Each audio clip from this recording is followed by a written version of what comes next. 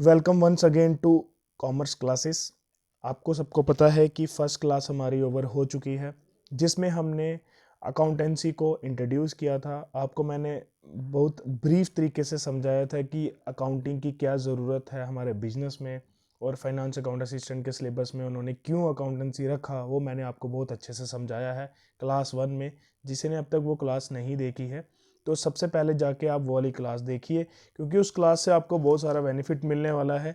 क्योंकि अगर आप डायरेक्टली क्लास सेकंड पे पहुंच जाएंगे तो आपको थोड़ी सी डिफ़िकल्टी फेस करना पड़ सकती हैं।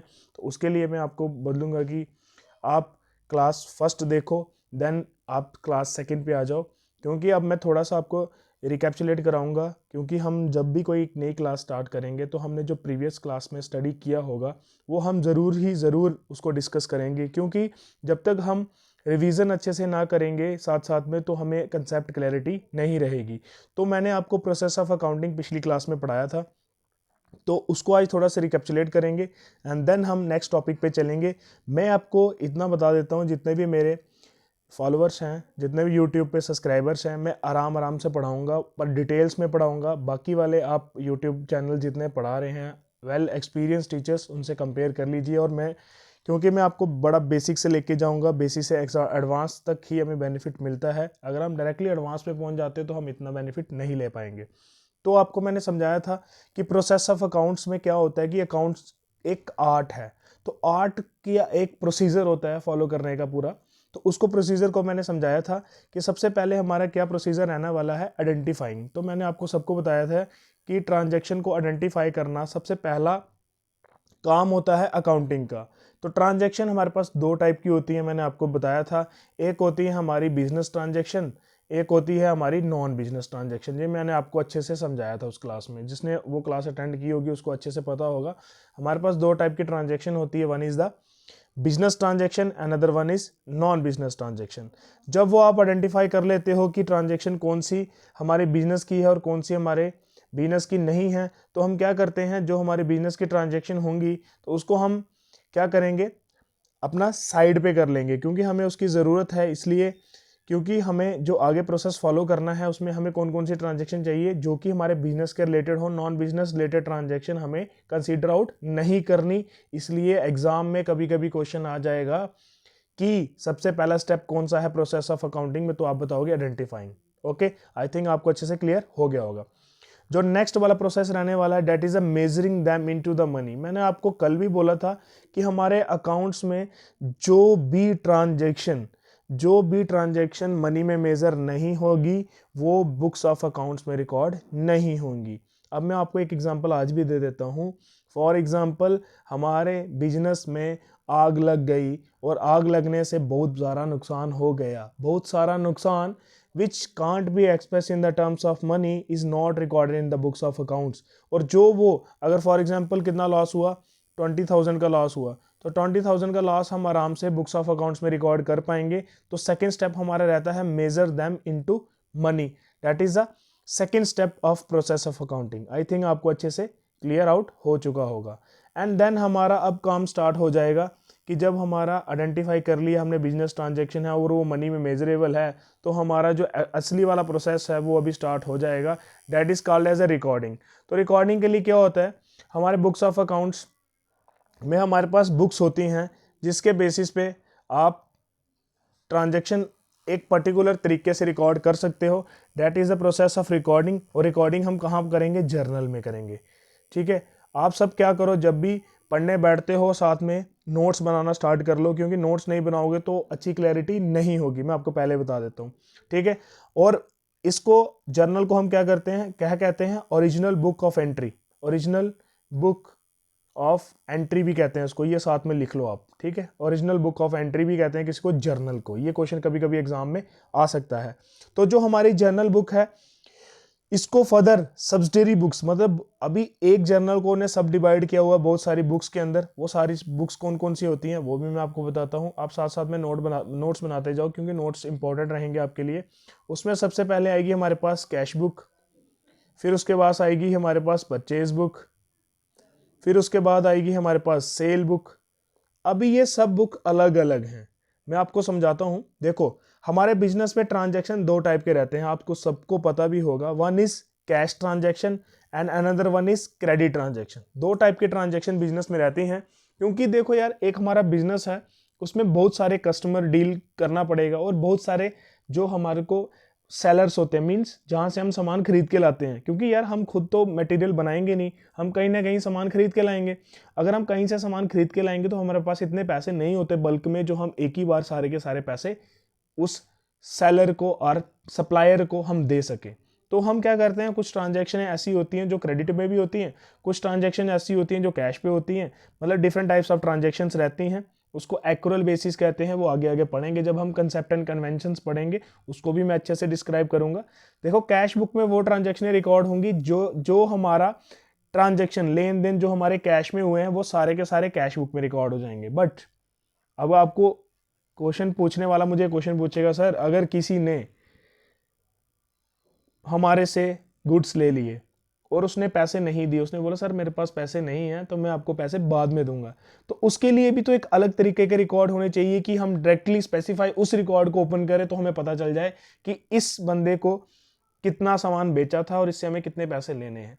मीन्स जो नॉन कैश ट्रांजैक्शन होंगी उसके लिए हमारे पास एक सेपरेट जर्नल की सब्सिडरी बुक है, that is called as a sales book. Sales book में हम जो भी गुड सेल करेंगे कस्टमर को ऑन क्रेडिट, वो सारे के सारे सेल बुक में रिकॉर्ड हो जाएंगे।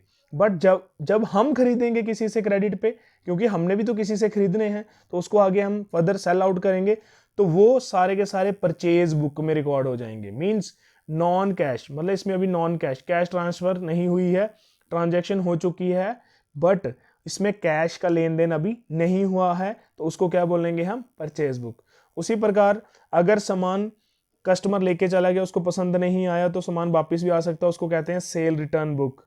सेल रिटर्न बुक, अगर हमने गुड्स लिए, अगर पसंद ना आने का मीन्स कि उसमें कोई डिफेक्ट निकल जाता है, तो अगर हम गुड्स वापस करेंगे तो वो कौन सी बुक में रिकॉर्ड होगा, परचेज रिटर्न बुक में होगा। ठीक है, इसी प्रकार हमारे पास और भी टाइप की सब्सिडरी बुक्स हैं। एट लास्ट हमारे पास होती है जर्नल। ये सारा के सारा मतलब कि एक जर्नल बुक की अंडर सब्सिडरी बुक्स होती हैं कि अगर देखो, अगर एक ही टाइप की बुक में हम सारी की सारी ट्रांजैक्शनें रिकॉर्ड कर देंगे तो हमारे लिए बड़ा क्योस सा फैल जाएगा, क्योंकि कल की डेट में जब भी हमें कोई इन्फॉर्मेशन चाहिए होगी तो हम उतनी आराम से वो चीज़ को फाइंड आउट नहीं कर पाएंगे। तो फर्स्ट प्रोसेस, इसको ओरिजिनल बुक ऑफ एंट्री भी कहते हैं। Journal is also known as original book of entry. सारे के सारे ये रिकॉर्ड कर लो अपने नोट्स में। तो हमारे पास जो नेक्स्ट प्रोसेस रहने वाला है, that is called as a next step. Process का next step that is a classifying. अभी क्लासीफाइंग में क्या होता है कि हमारे पास हम सबको क्या करते हैं, एक सेपरेट अकाउंट में रिकॉर्ड करते हैं, हर एक के अलग अलग बना देते हैं अकाउंट। ठीक है, जिसको हम क्या कहते हैं, लेजर्स। अब मैं आपको एग्जांपल देके समझा देता हूँ। देखो भाई, सेपरेट अकाउंट क्या होते हैं, जैसे हमारे पास कस्टमर्स हैं, राम, श्याम, अशोक, सीता, गीता, ये हमारे सारे कस्टमर्स हैं, और कोई हमारे पास deal day to day basis पे ये करते रहते हैं। तो हम क्या करेंगे कि सबके अलग अलग बना देंगे। क्लासीफाई का मतलब क्या होता है यार, देखो जैसे रिकॉर्डिंग में हमने एक ये बॉल लिया, इसमें रेड बॉल है, ग्रीन बॉल है, ब्लैक बॉल है, ब्लू बॉल है, सारी एक जगह पे आ चुकी हैं। ठीक है, अभी हमने लेजर में क्लासीफाइंग में क्या करना होता है, ब्लू बॉल्स अलग कर देनी है, रेड अलग कर देनी है, ग्रीन अलग कर देनी है। उसी प्रकार रिकॉर्डिंग में हमारे पास बहुत सारे रिकॉर्ड्स होंगे, डिफरेंट कस्टमर्स के डिफरेंट अकाउंट्स होंगे। तो हम उसको क्या कर देंगे, जब सेग्रीगेट डिफरेंट अलग अलग बना देंगे तो उस स्टेप में क्या बोलते हैं, क्लासीफाइंग। आई थिंक आपको ये भी अच्छे से समझ आ गया हो। अब वो बोलता है भाई इतने सारे अकाउंट हैं आपके पास, अगर अकाउंट ही देखने लग पड़ेंगे तो आई थिंक मुझे लगता है कि हफ्ता लग जाएगा हमें अकाउंट आइडेंटिफाई करते कि किसका क्या अकाउंट है, किसका कितना बैलेंस है। तो उसके लिए भाई हमारे पास आ गया समरी। एक जैसे कोई हम नॉवल पढ़ते हैं ना, उसकी एक समरी होती है लास्ट में। ठीक है, मॉरल ऑफ द स्टोरी। तो मॉरल ऑफ स्टोरी में क्या होता है कि सारे के सारे जितने भी हमने अकाउंट बनाए होते हैं ना, उनके सबके बैलेंसेस हमारे पास रिफ्लेक्ट करते हैं, हमें कुछ भी देखने की जरूरत नहीं पड़ेगी। एक फिगर जैसे 20,000 रिफ्लेक्ट करता है कि रेंट टोटल कितना पे किया एक साल में, 20,000। तो हमें ये वाली जो अमाउंट एक जगह पे शो आउट होगी, that is called as a summarising. और समराइजिंग में हम 3 टाइप की स्टेटमेंट से बनाते हैं जो हमें हेल्प करती है इस बैलेंस को फाइंड आउट करने के लिए। सो सबसे पहला जो बनता है that is a trial balance. Trial balance में क्या होता है, जो लेजर के जितने भी बैलेंसेस होते हैं सारे उठा के ले आते हैं हम, उसको बोलते हैं ट्रायल बैलेंस। ठीक है, ट्रायल बैलेंस। ये हम अपने फ़ायदे के लिए बनाते हैं, ठीक है, कि हमें इंफॉर्मेशन क्रिप्स फॉर्म में मिल जाए। इसके बाद क्या बनता है हमारे पास, प्रॉफिट एंड लॉस अकाउंट, इसको बोलते हैं trading profit and loss account. इसका एक और नाम है प्रॉफिट एंड लॉस का, that is called as income statement. ये सारे के सारे आप लिखते जाओ साथ साथ में, ठीक है, इनकम स्टेटमेंट, क्योंकि हमें इनकम स्टेटमेंट बताएगी भाई इनकम कितनी है, कितना प्रॉफिट हुआ, कितना लॉस हुआ, प्रॉफिट नहीं हुआ तो क्यों नहीं हुआ, हमें पता चल सकता है सब कुछ, ठीक है। और इसके बाद हमारा लास्ट बनने वाला है that is the balance sheet. Last में जो समराइजिंग में बनेगी वो बनेगी बैलेंस शीट, ठीक है। इससे हमारा जो प्रोसेस होता है अकाउंट्स का वो कंप्लीट आउट हो जाएगा। अब आप सारे पूछोगे सर इतनी मेहनत क्यों करनी है, ये हमें क्यों बनाना है, ये सब ये सारा कुछ क्यों बनाना है, हमें एनालाइज करने के लिए। भाई देखो कोई बिजनेसमैन अगर बिजनेस करता है, अगर गवर्नमेंट हमें पैसे दे रही है, वो तो क्यों दे रही है पैसे हमें, उसको हिसाब भी तो लेना है, इंटरप्रेटेट भी तो करना है उसको, भाई कि आपने किया क्या, जो पैसा मैंने इतने दिया आपने कहाँ पे लगाया, कहाँ कहाँ खर्च किया। ट्रांसपेरेंसी चेकआउट करने के लिए अब हमारे फ्यूचर प्लान्स क्या रहेंगे, फ्यूचर में हम कितने पैसे कहाँ पे एलोकेट करेंगे, इस सब के लिए क्या होता है, एनालिसिस एंड इंटरप्रिटेशन होता है। जब एनालिसिस एंड इंटरप्रिटेशन खत्म हो जाता है तो लास्ट स्टेप रहता है दैट इज अ कम्युनिकेशन। अभी देखो ये इन्फॉर्मेशन जो सारी हमने बनाई ये किसी ना किसी को तो चाहिए होगी। अभी हमारे पास किसी ना किसी चाहिए के लिए हमारे पास दो टाइप के यूजर्स होते हैं। अब दो टाइप के यूजर्स रहेंगे हमारे पास, एक रहेगा इंटरनल यूजर और एक रहेगा एक्सटर्नल यूजर। हमारे पास टू टाइप के यूजर्स रहेंगे जो इंफॉर्मेशन को यूज करेंगे। इंटरनल यूजर कौन होता है, जैसे बिजनेस का ऑनर हुआ, जैसे बिजनेस की मैनेजमेंट हुई। और एक्सटर्नल में क्या होगा, जो हमारे एम्प्लॉयज हो गए, जो हमारे क्रेडिटर हो गए, जो हमारे पोटेंशियल इन्वेस्टर्स हो गए, जो हमारे कस्टमर्स हो गए, ये सारे के सारे एक्सटर्नल होंगे। और लास्टली जब हम कंप्लीट इन्फॉर्मेशन बना देंगे तो इनको सप्लाई कर देंगे, उसके बाद हमारा टोटल अकाउंटिंग प्रोसीजर कंप्लीट हो गया। आई थिंक ये आपको अच्छे से अभी क्लियर हो गया होगा। अगर किसी को कोई डाउट होगा, कमेंट बॉक्स आपके पास पड़ा हुआ है, कमेंट करो और मैं आपको उसमें रिप्लाई भी दूंगा। बहुत सारे क्वेरीज आती रहती हैं आजकल, तो मैं क्वेरीज का रिप्लाई देता रहता हूँ, जैसे मुझे टाइम मिलता है तो मैं करता रहता हूँ। तो आई थिंक आपको अभी प्रोसेस अच्छे से समझ आ गया होगा। अगर इधर से कोई भी क्वेश्चन आपको रेज होता है एग्जाम में तो आराम से आप उसको अटेम्प्ट कर पाओगे। अगर नहीं कर पाओगे कोई इशू नहीं है, आप थोड़ा सा इसको वीडियोस को 4-5 बार देखोगे तो आपको ये रिमेंबर हो जाएगा, ये भूलेगा ही नहीं कभी भी। नेक्स्ट आता है हमारा आज का topic that is the advantages of accounting information. जो हमने अकाउंटिंग की उसकी क्या एडवांटेज है। सबसे पहला है financial information about the business. Business की फाइनेंशियल इंफॉर्मेशन कि बिजनेस में चल क्या रहा है, प्रॉफिट हो रहा है, लॉस हो रहा है, हमारे पास एसेट्स कितनी हैं, हमारी लाइबिलिटीज कितनी हैं, वो सारे के सारे डिस्क्राइब कौन करेगा, अकाउंटिंग करेगी। हमारी फाइनेंशियल इंफॉर्मेशन बताएगी बिजनेस के बारे में। असिस्टेंस टू मैनेजमेंट, भाई मैनेजमेंट बिजनेस में करती क्या है, management is responsible for taking a financial decision, for expansion of the business, for framing the policy. बहुत सारे काम करने पड़ते हैं हमारे किसको, मैनेजमेंट को। वो मैनेजमेंट किस बेसिस पे डिसीजन लेगी, this all are decision taken by management on the behalf of whole accounting information. अगर उनके पास अकाउंटिंग इन्फॉर्मेशन नहीं होंगी तो वो डिसीजन कोई भी नहीं ले पाएंगे, ये ट्रू फैक्ट है। नेक्स्ट आता है रिप्लेसिंग मेमोरी। देखो यार मैंने आपको कल वाली क्लास में बताया कि हमारे बिजनेस में लाखों ट्रांजेक्शन्स रहती हैं, तो हमारी ह्यूमन मेमोरी शार्प तो है भाई, human memory is too sharp, but हमारे इतने ज़्यादा टेंशन्स रहते हैं, स्ट्रेस रहता है लाइफ में कि हम उसको नहीं रिमेंबर कर पाएंगे हमें कि आज की डेट में हमने कितने कोल्ड ड्रिंक सेल कर दी, आज की डेट में हमने कितने पेप्सोडेंट सेल किए, हम नहीं रिमेंबर कर पाएंगे।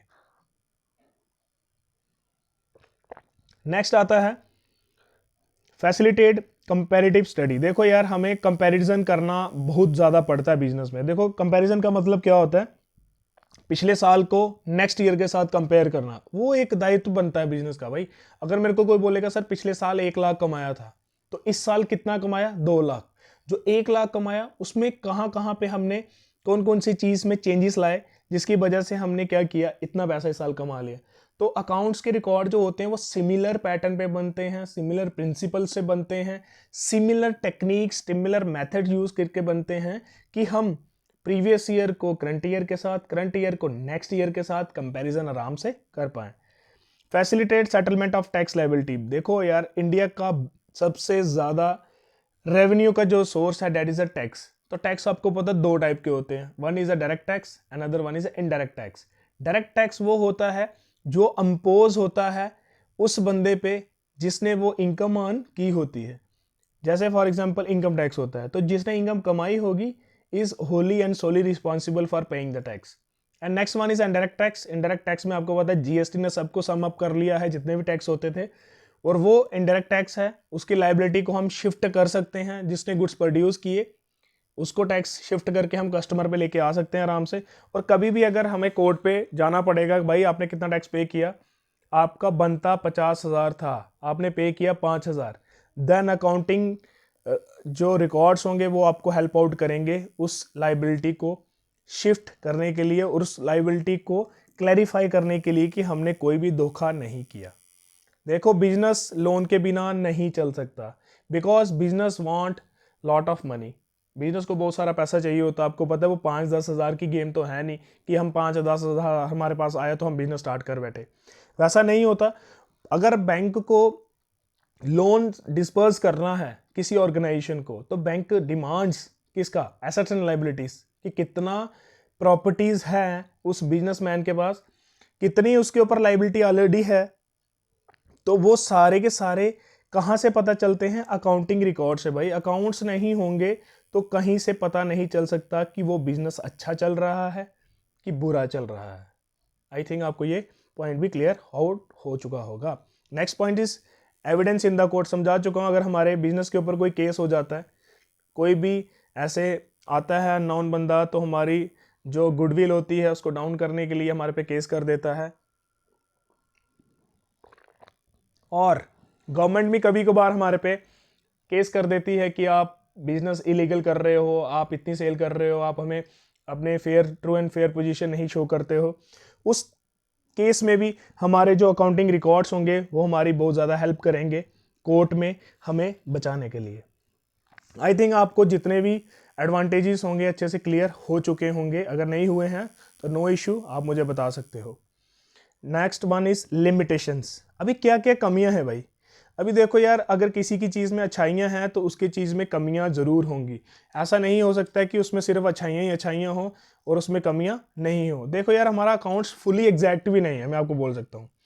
क्यों बोल सकता हूँ उसके मैं एग्जाम्पल देके आपको अच्छे से समझाऊंगा। जैसे हम अपने बिजनेस में एस्टिमेट कर देते हैं कि इसकी लाइफ, इस एसेट की मशीनरी की लाइफ 10 साल है। अगर हमने किसी को गुड्स बेचे तो हम एक प्रोविजन बना लेते हैं कि इससे पैसे नहीं मिलेंगे अगर उधार पे बेच देते हैं, तो means provision for doubtful debts.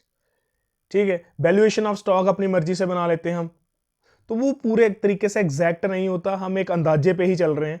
ठीक है, उसको हम बिल्कुल एग्जैक्ट नहीं बोल सकते। इसलिए अकाउंट्स को ये मत बोल देना कि ये पूरा चारा कले संपूर्ण, ये नहीं हो सकता। कभी कभार हम कुछ चीज़ें ऐसी इसमें करते हैं जो हम बेसिस ऑन फैक्ट्स भी नहीं करते, हम ऐसे आइडियाज से ले लेते हैं चीज़ें। अनरियलिस्टिक इन्फॉर्मेशन क्या हुई, जैसे हम क्या करते हैं बिजनेस में, कोई भी हमारे पास एसेट्स आएगी तो हम सबको हिस्टोरिकल कॉस्ट पे रिकॉर्ड करते हैं, तो उसकी डे बाय डे हम क्या डेप्रिसिएशन उसके ऊपर करते हैं। तो और जो उसकी करंट वैल्यू है और करंट उसकी लाइफ कितनी हो सकती है उस मशीनरी की, वो हम अनरियलिस्टिक तरीके से ही इंफॉर्मेशन रिकॉर्ड करते हैं और करंट उसकी वैल्यू हमें नहीं पता होती। ठीक है, और वो ही करंट वैल्यू हम बुक्स ऑफ अकाउंट्स में रिकॉर्ड भी नहीं करते। Next one is accounting ignore qualitative elements. ये तो मैंने आपको पहले से क्लियर कर दिया है कि अकाउंट्स में सिर्फ मनी वाली ट्रांजैक्शन रिकॉर्ड होती हैं, नॉन मॉनेटरी रिकॉर्ड नहीं होती। मैं आपको पहले से समझाते आ रहा हूँ। कैसा रिलेशन है एक मैनेजर का ऑनर के साथ, रिकॉर्ड नहीं होगा। हमारी मैनेजमेंट कितनी अच्छी है, नहीं रिकॉर्ड होगा। क्वालिटी और स्किल कैसी है स्टाफ की, रिकॉर्ड नहीं होगा, क्योंकि क्वालिटेटिव एस्पेक्ट वो रिकॉर्ड करता ही नहीं है। Next one is accounting ignore effects of price level change.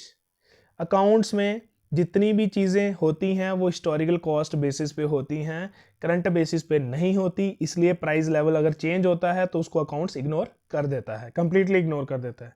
Accounting में लेट्स टू विंडो ड्रेसिंग। ये बहुत इंपॉर्टेंट पॉइंट है, ये एग्जाम में आ सकता है। विंडो ड्रेसिंग का मतलब क्या होता है भाई, अकाउंट्स में हम क्या कर सकते हैं, अच्छी पोजीशन को बुरी शो कर सकते हैं और बुरी को अच्छी। जैसे फॉर एग्जांपल हमने बैंक से लोन लेना है तो हम अपनी स्टेटमेंट को बदल देंगे। अगर हमें प्रॉफिट 1 करोड़ हो रहा है तो हम 4 करोड़ शो कर देंगे कि बैंक वाला खुश हो जाए तो हमें लोन डिस्पर्स कर दे। अगर कल हम गवर्नमेंट के पास टैक्स जमा करने जाते हैं तो हम क्या करते हैं, प्रॉफिट को कम शो करते हैं कि हमें टैक्स लाइबिलिटी कम हो जाएगी हमारे पे, तो हम अकाउंट्स में विंडो ट्रेस भी कर सकते हैं। आई थिंक आज की क्लास इधर तक रखते हैं, क्योंकि मैंने आपको आज एक पहला चैप्टर जो है उसका 60 to 70% कंप्लीट करा दिया है। आपको ये लेक्चर कैसे लग रहे हैं प्लीज़ कमेंट करके बताइए, और जितने भी एस्पायरेंट्स पढ़ना चाहते हैं तो प्लीज़ मुझे सजेस्ट भी किया कीजिए कि मैं किस तरीके से और चीज़ें ऐड ऑन करूं, आपको क्या अच्छा लग रहा है, क्या अच्छा नहीं लग रहा है। तो आज की क्लास हम इधर वाइंड अप करते हैं, तो नेक्स्ट क्लास में हम इसी टॉपिक को थोड़ा सा कंटिन्यू करके देन टॉपिक सेकंड पे आएंगे। तब तक के लिए गुड बाय।